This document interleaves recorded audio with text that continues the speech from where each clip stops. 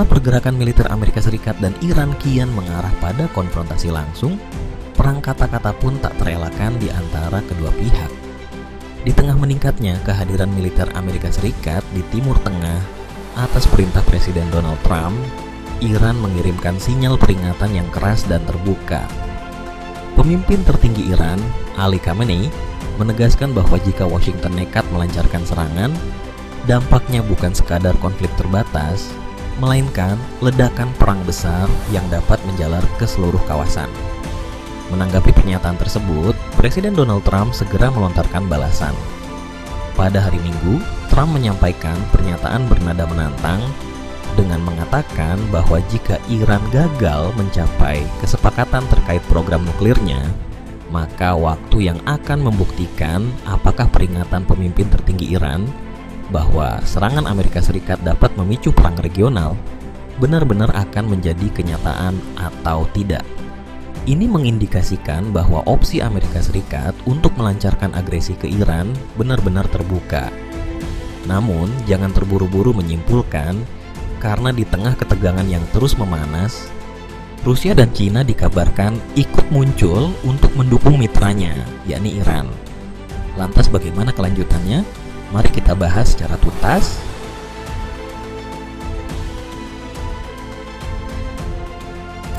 Ada satu bagian yang kerap luput dari perhatian, padahal justru di sanalah letak kuncinya. Cara Amerika Serikat menyusun kekuatan militernya di Timur Tengah. Ini bukan sekadar rotasi atau pembaruan posisi pasukan biasa. Yang tampak saat ini adalah formasi tempur yang siap digunakan kapan saja jika Washington benar-benar mengambil keputusan untuk menyerang Iran. Kapal induk, jet tempur, pangkalan udara, hingga sistem pertahanan udara dirangkai dalam satu paket operasi yang matang dan siap digerakkan sewaktu-waktu. Jika kita menarik pandangan lebih lebar, penempatan armada ini menyampaikan pesan lain yang tak kalah penting. Kapal perusak seperti USS McFaul, USS Meecher, termasuk kapal-kapal pengawal USS Abraham Lincoln, tidak berada di posisi ideal untuk menghantam daratan Iran secara langsung. Sebaliknya, mereka ditempatkan di titik yang jauh lebih strategis untuk satu misi krusial: mencegat dan menghancurkan rudal balistik Iran sebelum mencapai sasaran. Detail ini menjadi krusial karena mengubah cara kita membaca situasi secara menyeluruh. Postur Amerika Serikat saat ini bukan semata ofensif, melainkan juga sangat defensif. Mereka memang siap menyerang, namun pada saat yang sama juga bersiap, bahkan mengantisipasi dengan serius serangan balasan dari Iran. Dan ketika sebuah negara adidaya memilih memasang perisai lebih dulu sebelum mengayunkan pukulan, maknanya jelas, lawan yang dihadapi bukan sasaran yang mudah. Pada fase seperti inilah Washington kembali memainkan pola lama, ultimatum. Ancaman yang dibungkus dengan istilah yang terdengar lebih lunak, yakni kesepakatan. Donald Trump menyatakan bahwa Iran diberi tenggat waktu. Pernyataan itu terdengar keras dan tegas. Namun ada satu hal penting yang sengaja dibiarkan menghilang. Tidak ada tanggal, tidak ada jam. Bahkan tidak ada hitung mundur yang jelas. Ketidakjelasan batas waktu ini sengaja diciptakan agar bisa ditarik ulur sesuai kepentingan politik. Dan fakta bahwa Trump masih terus berbicara soal deal menegaskan satu hal: Amerika Serikat masih menekan, belum melancarkan serangan. Ini bukan kepastian perang, ini adalah gertakan politik tingkat tinggi. Menanggapi ultimatum tersebut, Menteri Luar Negeri Iran Abbas Araghchi menegaskan bahwa militer Iran berada dalam status siaga penuh dan siap merespons setiap bentuk serangan dari Amerika Serikat. Dan tepat di titik inilah Rusia serta Cina mulai masuk ke dalam permainan.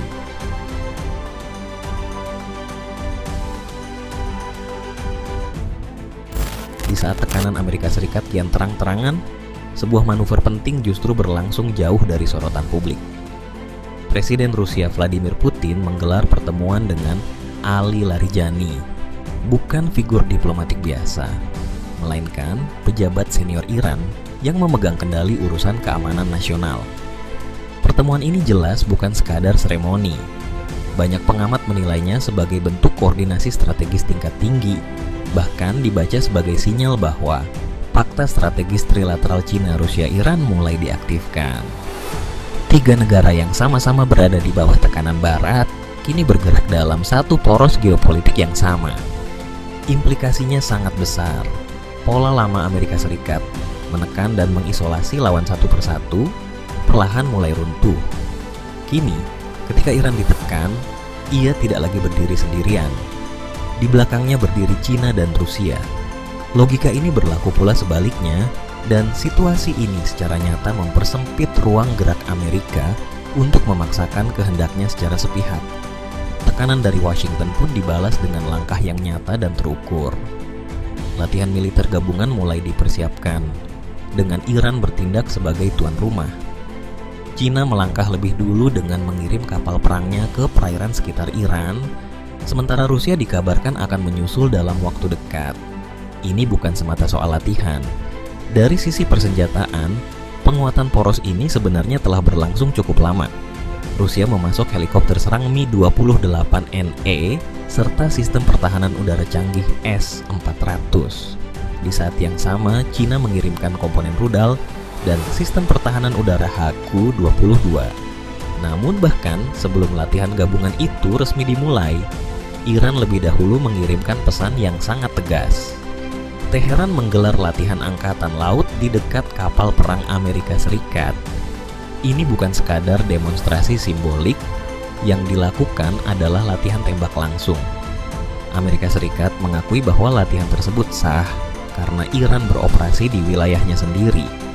Namun reaksi yang muncul justru menunjukkan kegelisahan. Marco Rubio segera menyatakan bahwa Iran seharusnya tidak berada terlalu dekat dengan pangkalan militer Amerika di Teluk Persia. Dan di titik inilah ironi muncul. Pihak yang selama ini gemar melontarkan ancaman, kini justru mulai merasa berada di bawah ancaman. Pada titik ini, konflik tidak lagi terbatas pada Iran, Rusia, dan Cina. Percikannya mulai merambat ke lingkar sekutu regional. Kelompok Houthi di Yaman secara terbuka menyatakan diri ikut masuk ke arena. Mereka menegaskan bahwa kapal perang Amerika Serikat kini telah berada dalam jangkauan rudal jarak jauh milik mereka. Pesannya sederhana, namun sangat tajam. Target telah terpantau. Senjata siap digunakan. Ini bukan ancaman kosong. Houthi berulang kali membuktikan kemampuannya menyerang sasaran bernilai tinggi di Laut Merah dan Teluk Aden. Artinya jelas, setiap tekanan terhadap Iran berpotensi langsung membuka front konflik baru.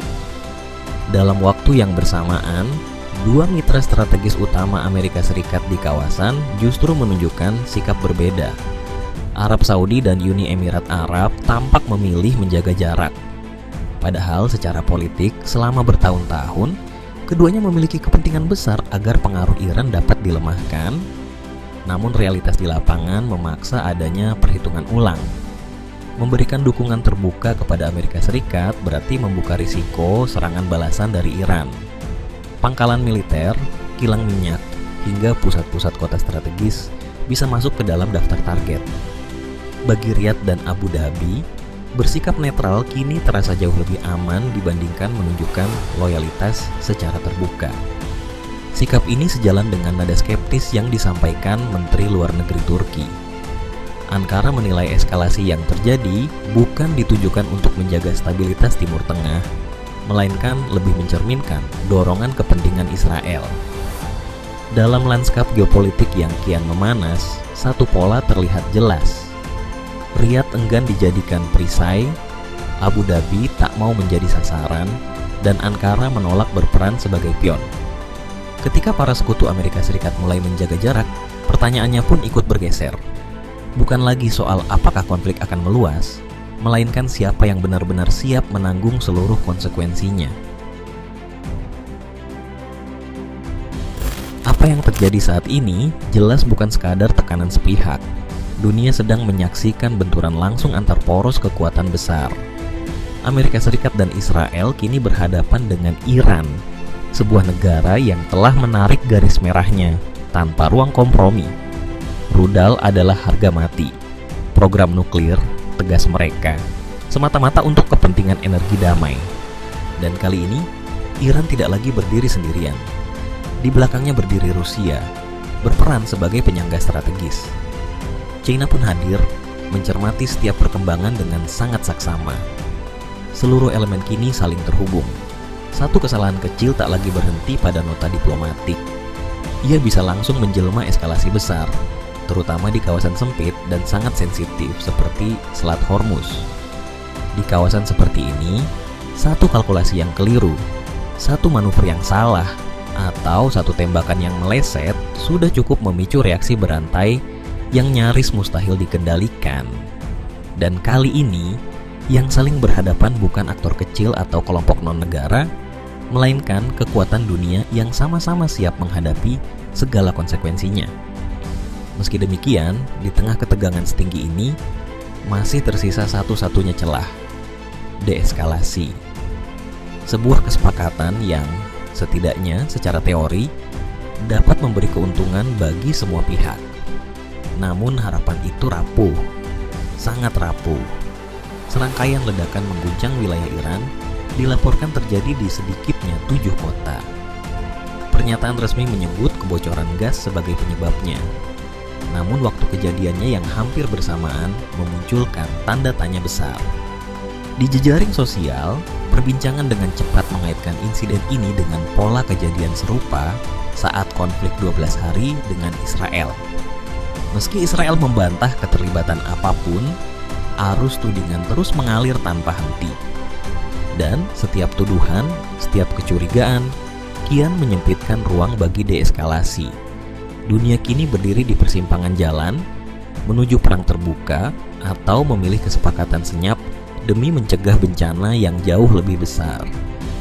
Pertanyaannya kini tinggal satu, siapa yang berani menurunkan tensi lebih dulu?